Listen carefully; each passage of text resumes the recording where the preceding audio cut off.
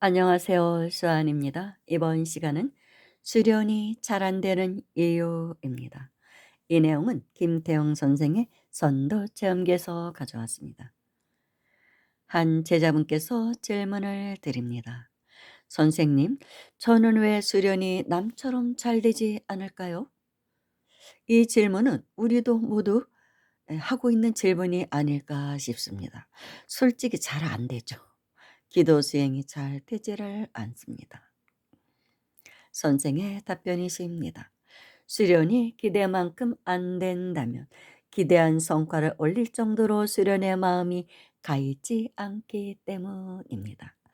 정말로 100% 정답인 것 같습니다.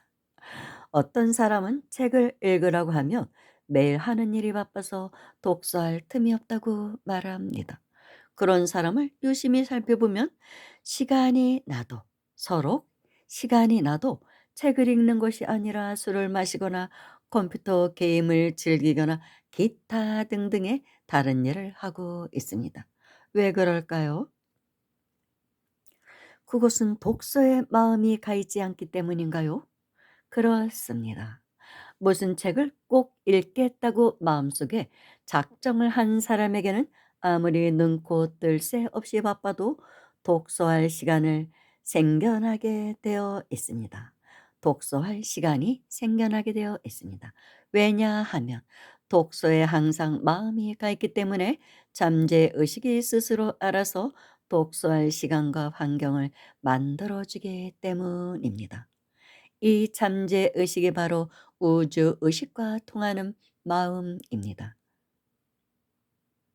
사실 우리가 평상시에 어디를 가려고 할 때, 내일 아침 새벽에 일찍 일어나야 되는데 5시쯤 일어나야 된다 하며 알람을 굳이 맞춰 놓지 않아도 비슷한 시간에 일어나게 되죠. 마음이 거기에 다 가 있기 때문에.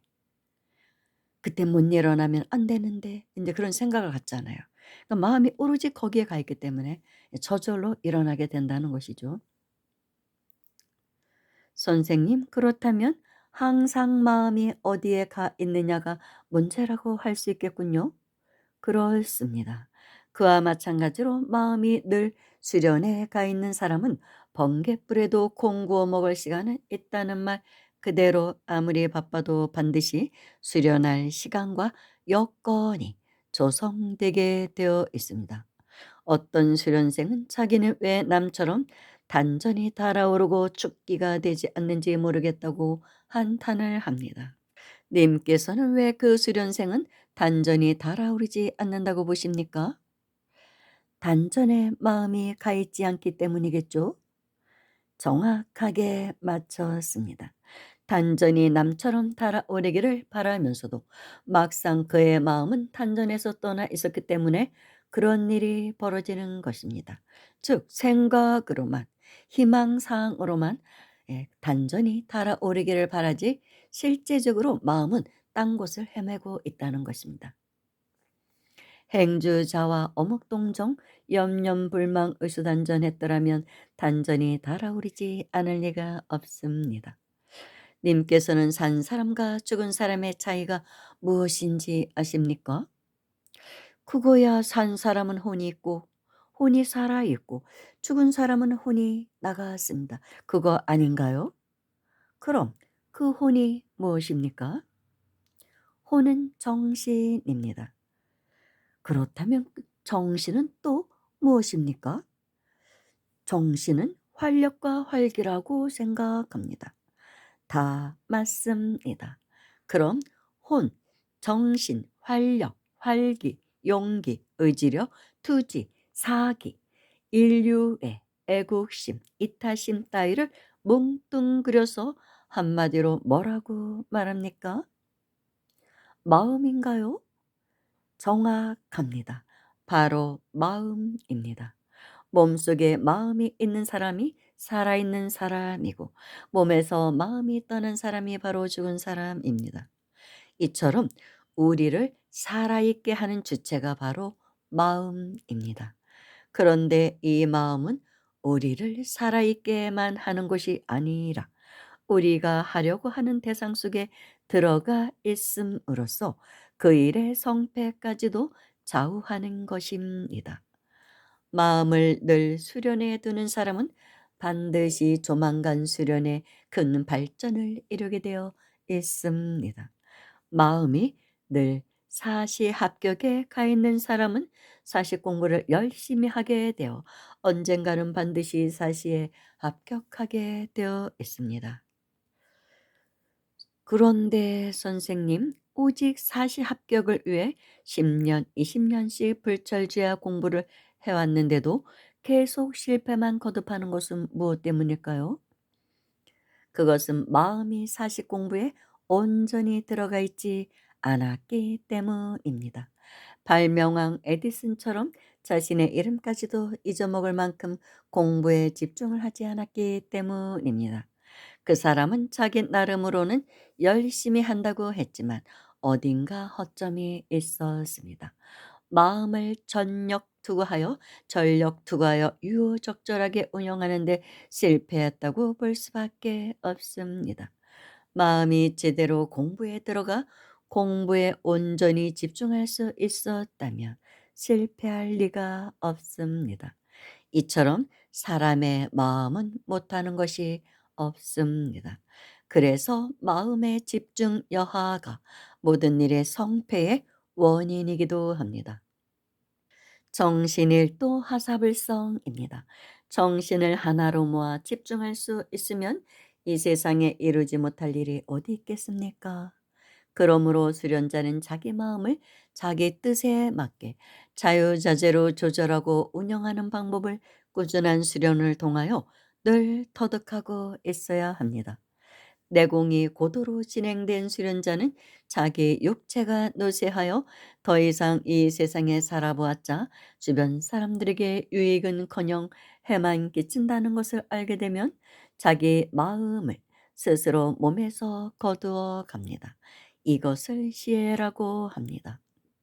이왕의 수련을 시작한 이상 우리는 이러한 경지에까지 이를 수 있도록 자기 마음을 스스로 조절할 수 있어야 할 것입니다.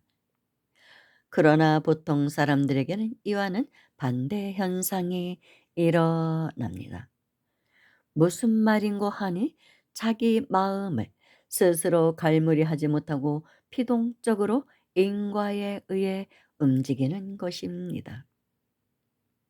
이런 사람은 언제까지나 생로병사의 윤회에서 벗어날 수 없게 되는 것입니다. 수련자는 자기 마음을 스스로 부릴 줄 알아야 합니다. 자기 마음을 스스로 부릴 줄 모르고 언제까지나 인과에 의해 피동적으로 움직이는 사람은 결코 진정한 의미의 수련자가 아닙니다. 우리는 무슨 일이 있어도 자기 마음을 스스로 조종하는 수련자가 되어야 할 것입니다. 선생님, 그럼 그런 수련자를 보고 생사의 경계를 이미 넘었다고 할 수 있겠군요. 생사뿐만 아니라 시공까지도 이미 초월했다고 할 수 있습니다. 그것을 보고 모든 일은 마음먹기에 달려 있다고 하여 일체유심조라고 하는 모양이죠. 그렇습니다. 바로 이러한 마음을 깨달은 사람이 바로 스승이요 철인이요 부처요 성인입니다. 혈압이 오르지 않고도 마음을 자유자재로 운용하고 집중할 줄 아는 사람은 누구나 그렇게 될 수 있습니다. 그럼 도대체 그 마음이 무엇입니까? 없으면서도 있는 것이 바로 마음입니다. 그렇게 불안해서 어떻게 마음을 믿을 수 있겠습니까? 그래도 믿을 수 있습니다. 왜냐하면 그 마음은 우주심과 하나로 연결되어 있어서 불가능이 없는 만물의 중심이기 때문입니다. 마음의 유무가 사람의 생사를 결정하는 것도 그 때문입니다. 항차 수련의 성패 정도가 무슨 문제가 되겠습니까? 그러니까 결론적으로 말해서 수련에 성공하려면 마음을 수련에 효과적으로 집중하는 비결을 터득해야 합니다. 그 비결은 어떻게 하면 터득할 수 있겠습니까? 수련에 마음을 집중했는데도 남처럼 잘 안 되면 '왜 그럴까?' 하고 집요하게 연구하고 관찰해 보면 반드시 그 원인을 알게 되고 자기 나름의 해답이 나올 것입니다. 그 해답대로 했는데도 아직도 미흡하다면 그 이유를 또 규명하고 연구하고 관찰해서 경험과 실적을 꾸준히 쌓아나가다 보면 반드시 성과가 오를 때가 있을 것입니다. 이렇게 얻은 열매야말로 진정한 자기 재산이 될 수 있습니다.